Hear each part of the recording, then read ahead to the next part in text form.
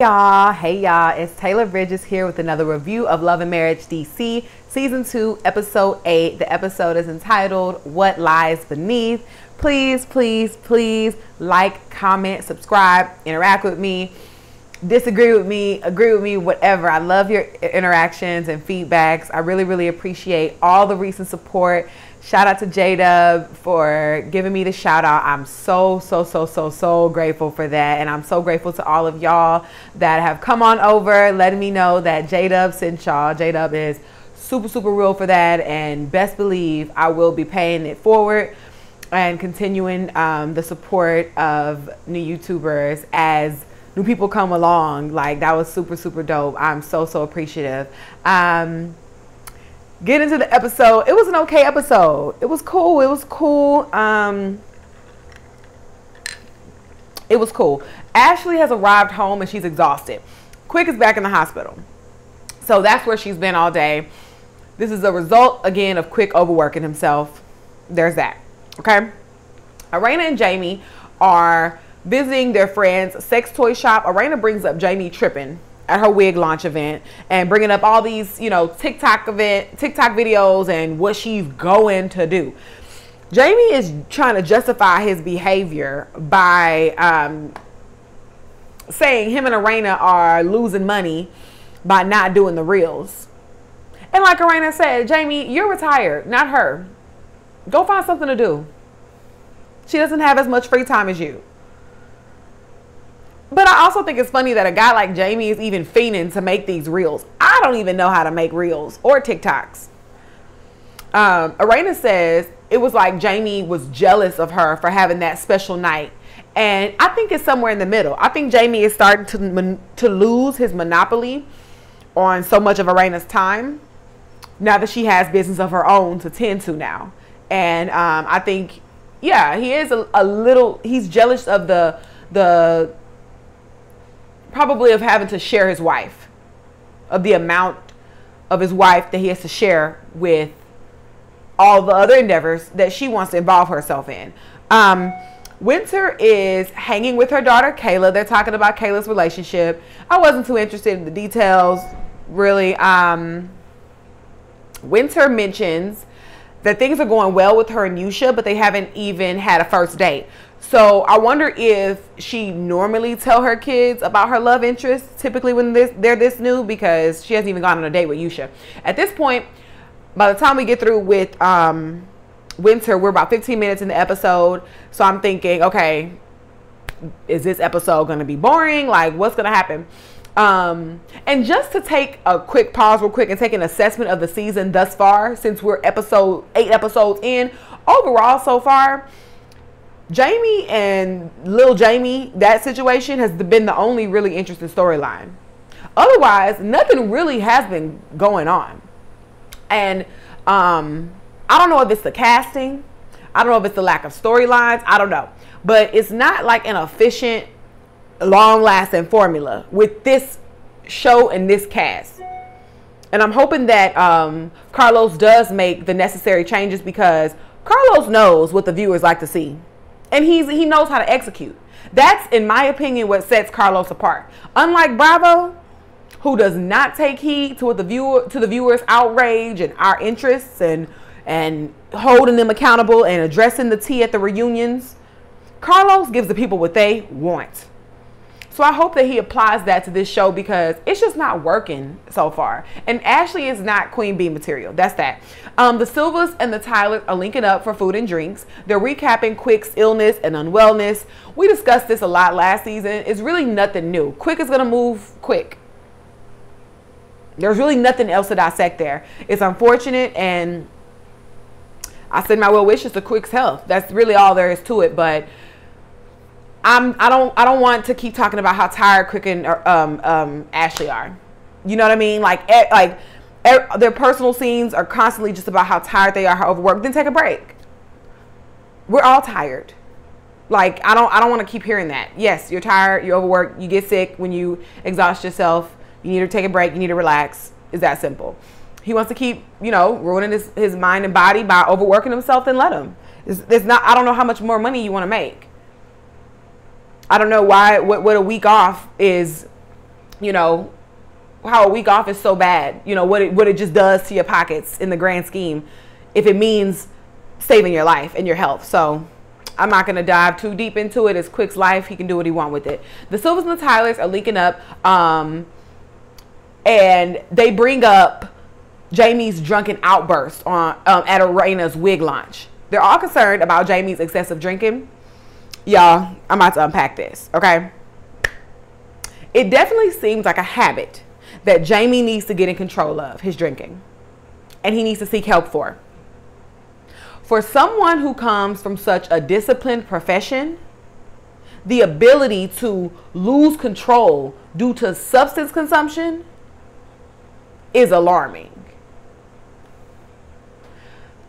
Jamie's like Goliath, and alcohol is David. Small but powerful enough to knock Goliath to his feet. Something is truly crippling Jamie, either spiritually, mentally, emotionally, if not all three. Something is crippling him for him to be so defeated constantly by something so small like alcohol, like a drink. And I'm all for a good time, but being lit and getting drunk are two different things. A lit vibe off the alcohol is fun, right? You're feeling yourself. You might be dancing more than usual. You're friendlier. You're nicer. You're having a good time, but you're still aware of what's going on. And more importantly, you know you're on your level. So you watching your level. You might take a break to eat a little more eat some more of your plate, drink some water. You understand where you're at with it, right? You know how to enjoy the vibe right where you are, just when it's just right. Because we all know the line between being lit and blackout drunk is one drink, one mimosa. 1 second, it was all good just 10 seconds ago. Now that mimosa in your system and you a whole different beast. That one mimosa, that one drink will take you completely over the edge into a whole new identity. And now you need help being carried to the Uber. And it's not cute. Because then you're a spectacle and you're embarrassing yourself. They say when Jamie gets drunk, he becomes angry. And his excuse is everyone already knows that. No accountability at all. It's one thing if you were getting super drunk all on your own for only you to have to deal with.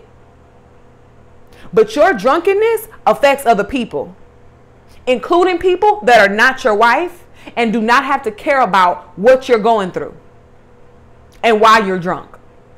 So it's not cool. I don't care how drunk you are. If your behavior affects whatever you got going on, affect what I got going on, it's going to be a problem. You step on my foot while you wearing heels and you're drunk behind stumbling, it's going to be an issue. Get some control. Y'all, alcoholic drinks have at most 2 ounces of liquor. Most places only put 1.5 ounce of liquor. I know, I bartended. I was a server and bartended for about 7 years. Most spots do 1.5. I was a 2 ouncer, right? You gonna let 1.5 to 2 ounces of Maker's Mark? I'm a bourbon girl. You gonna let 1.5 ounces of some Maker's Mark get you slapped? And now you gotta wake up the next day with a green bruise on your face, not knowing where it comes from, with nobody to blame because your behind wasn't coherent and didn't remember? You don't get to get as lit as you want and then go out and be a nuisance to everybody else while they're trying to enjoy themselves because you don't know how to control your liquor intake. Your friend not about to whisper to me, that's just how she is. Nope. I'm going to get my free lick, especially because you drunk. And you can't move fast enough to fight back. And you ain't going to remember. And I'm speaking as a person that also has been a drunk hot mess, wreaking havoc, okay, in my heyday. I have definitely behaved like a barn animal off of a couple of drinks. So I'm being fair. What's good for the goose is good for the gander, okay? I give equal opportunity judgment over here. I've done much worse than Jamie. And I have paid the price. That's why I say, with conviction, no little 2 ounce of liquor is worth the behavior that comes with over consuming. It's what takes a lit day, nice, sunny, day with the people to a complete nightmare, literally because you couldn't manage your levels. Jamie is too grown to have the reputation that whenever he starts sipping, he's going to be extra. He is too old for that.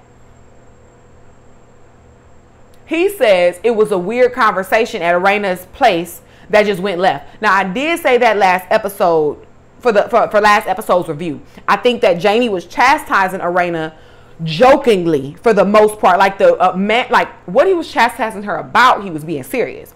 But the manner in which he was chastising her, I believe he was just playing with her. But it didn't land well. But I did say that I thought he was joking, and I do believe it. He was talking about TikTok. You know what I mean? Like, you know, he was just, it's TikTok, okay? Jamie says he doesn't have a drinking problem and finds it disrespectful for people to insinuate that. But I disagree. Your actions are what's disrespectful. How are you more upset about how people perceive your actions than the actions themselves that have warranted said perceptions? Even with the whole "you were a nobody" comment to Arena, it wasn't polite being said directly. I understand the overall sentiment, right? But there was just no kind way to articulate something like that, saying that to your wife, because that's your wife, the mother to your son, and that's your partner. If anyone is somebody in your eyes, it'd be her. Arena could be a nobody to me. She's not an important factor in my personal life, right? But she's not a nobody to you, specifically you, Jamie. It don't matter. I have an idea of what he meant, but it don't matter, because even said in the nicest way, it's not cool to say. That lady has been with you this whole time. No, she's definitely somebody. If you somebody, she's somebody. You didn't get where you are just all you. Arena played a huge part into making you somebody. And be quiet quick. Kind of right message, totally wrong messenger. First off, Quick is scared of Ashley, so he'd never tell Ashley a piece of his mind about anything. Secondly, Quick should have noted and said out loud that it's just not okay for Jamie to say those things. But it's okay if Quick says it, because y'all want to get on Jamie for calling his son a bum, as if y'all weren't just pillow talking on national TV about his bum son, but then smiling in little Jamie and Jamie's face afterwards. So Jamie can't say anything about the people in his life, but Quick can. That's what Quick should have made very clear. But Jamie doesn't see how his actions affected Arena. Whether he was playing or not, she didn't perceive it that way, and her feelings are hurt. So thinking it's made right by just saying sorry and buying something isn't adequate. And this is going to continue to happen because it's been happening. How about instead of saying sorry, you do something about your drinking? That would be a much better apology, because it's really embarrassing and unbecoming. And Arena deserves better than that, Jamie. If a host of people in your life, non-strangers, point out your overconsumption, you're most likely doing too much. And Jamie just takes the fun out of drinking. Been there, done that. Left that. That's mid-20s. Jamie, what's your excuse? And y'all know Arena is my least favorite on the show, but she loves her husband. And Jamie needs to practice being more gentle with her. And I was thinking, how am I so similar to Jamie, yet so similar to Arena? Like them individually. Like Arena, I am very sensitive too, especially when men are angry. I grew up with my mom's little brother, my uncle, and my grandfather, right? I'm raised by my nana, and then the men I'm raised by is my uncle and then my grandfather. They didn't raise their voices to discipline me. So as sassy and outspoken as I am, when men yell at me in anger, my first instinct is usually to ball up and cry, because I'm not used to men speaking to me that way, because the men most important to me, they never did. I'm very sensitive to men, just like the you know, the baritone in the voice and the conviction is just, it really is like startling to me in a way. The one time my uncle ever did even yell at me, I was like 11. He was like 22, 23. He was using this like AOL, the computer when they had like AOL, and he was using instant message to talk to this chick.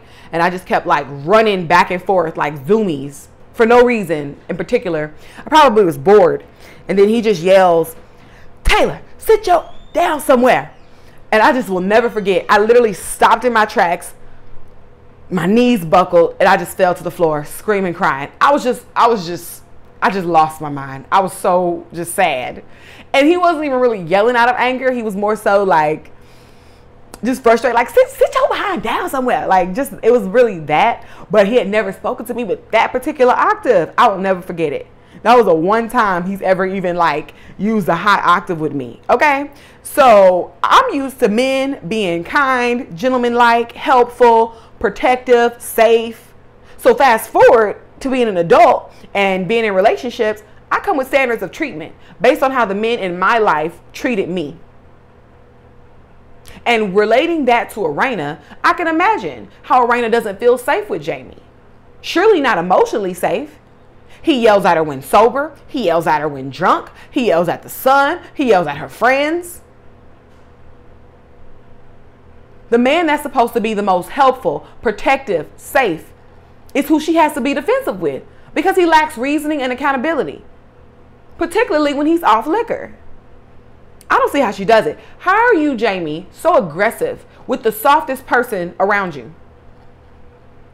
Araina is annoying, but I am not convinced that she's as combative with Jamie as she's been with like the women on the show. And Jamie, there's nothing wrong with being stern, firm. Sometimes a high octave and a conversation happens, right? Fine. We're human. A little yell, a little stern megaphone type of announcement. I got it, right? Here and there, it happens.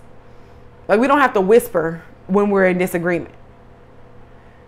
But to just blatantly put her down verbally, calling her a nobody, putting her down publicly at her own event, telling her, you know, whatever you want, no matter who's around to witness, not being sincere in your apologies, is giving verbal and emotional abuse, Jamie. And I like me some Jamie. I really do. But I'm not going to, I got to call it how I see it. I'm not going to just sit and see this and not say anything. I think when Jamie is heavily imbibed, he speaks in a manner that is totally unacceptable and can be deemed abusive. And Jamie, that's not becoming of a favorite cast member, okay? You could be a little problematic as a fave. That's okay. But I can't condone this. And I know this isn't new because we saw this last season. I've just been giving Jamie the benefit of the doubt, starting from scratch since last season. But Jamie, you owe Araina a much more genuine apology and a more sincere act of contrition. Point blank, period. Ashley is Christmas tree shopping and linking with her assistant Alicia. They start talking about Araina's wig launch. Ashley said she offered to set up and decorate, but Araina said she didn't need the help. But Ashley said she should have asked for the help. Now, I did say last episode that Araina's event looked a little thrown together. So I am agreeing with all the shade that Ashley and Alicia are throwing. Because the event is over now, right? It was a success, ultimately. As I said, I'm sure Araina sold out all those wigs.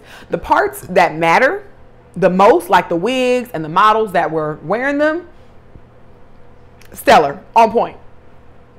Job well done. That's the main part. That's it. So all the other critiques are just points for process improvement, which all businesses could use. Okay. Okay. So I think Araina can afford the constructive criticism. It'll only make her better, you know, since thankfully her product is already a hit. Ashley says she's having a Christmas party and Joy isn't coming because Sherelle is invited. That made no sense. You just talked it out with this lady. You just came to the conclusion there was no beef with you two because you don't know each other. Why are you so bothered by this woman? My guess is either Joy used to be romantically involved with Block. Three things. Either she was involved romantically with Block, she wasn't telling the whole truth about what happened, or she doesn't like Ashley, so she just needs an excuse. And she's just pinning it on Sherelle when really she doesn't want to go. Because you can't tell me it is that crucial to be this pressed. It is a party. You could be on the total opposite side of her. I'm sick of the cast members coming on these reality shows and not participating in group filming because they don't want to be around a certain person. So you can get away with that in real life. But see this, you're paid quite hefty to be on a national television and socialize in specifically in the same spaces as some people that you may not be too fond of. That's the point. Joy is not important enough to be missing scenes with the group.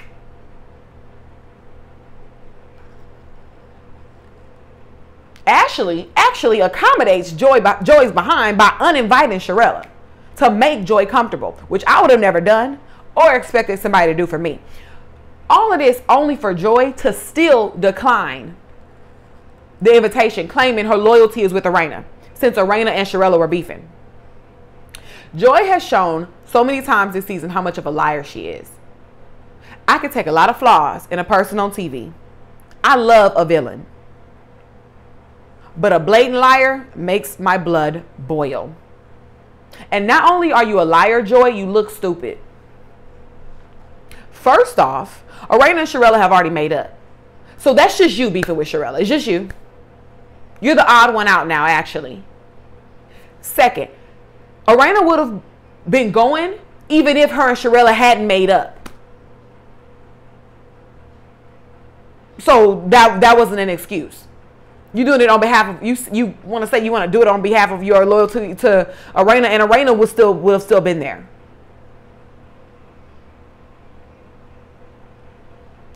And third, what does your loyalty to Irena have to do with anything if Sherelle is uninvited to the party altogether?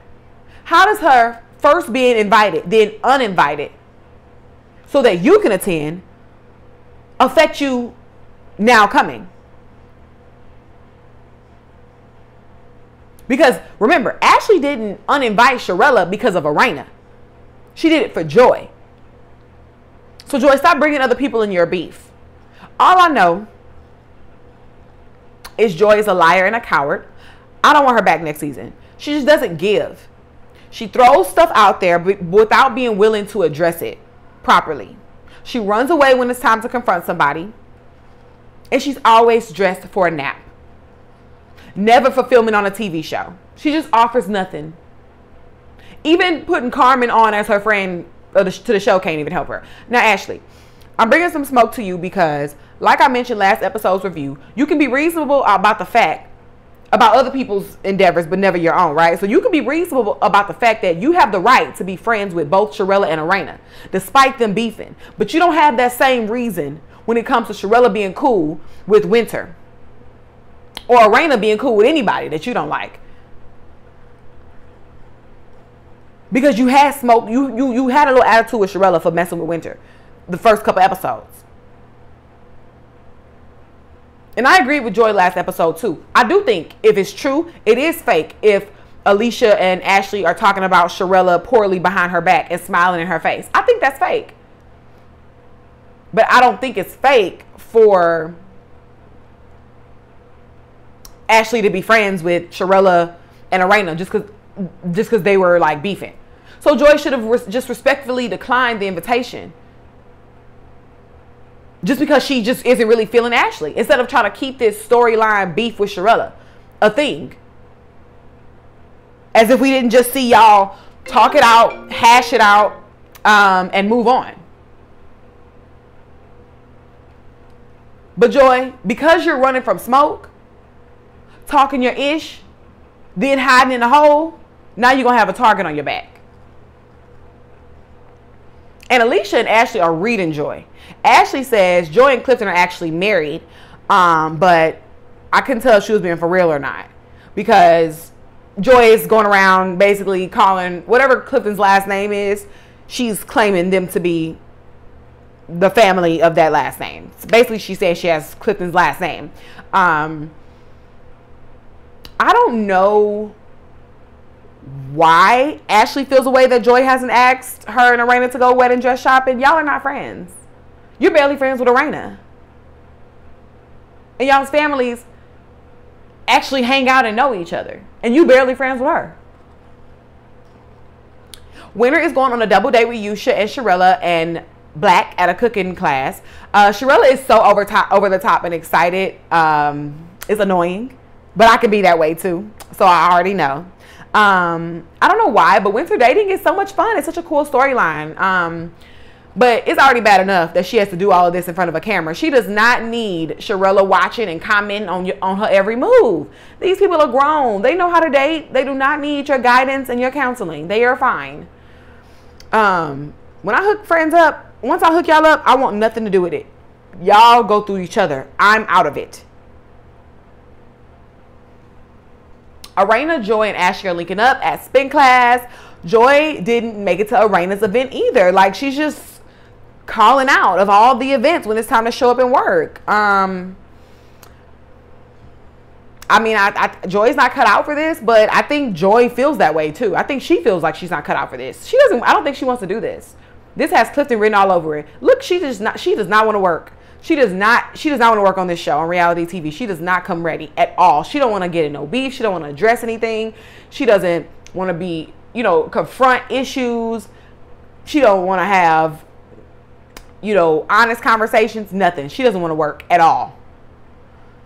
Arena tells Joy that she has things out with Sharella already. And Joy is visibly uncomfortable with this, which is weird. Like, why are you feeling a way about Arena not still beefing with that woman?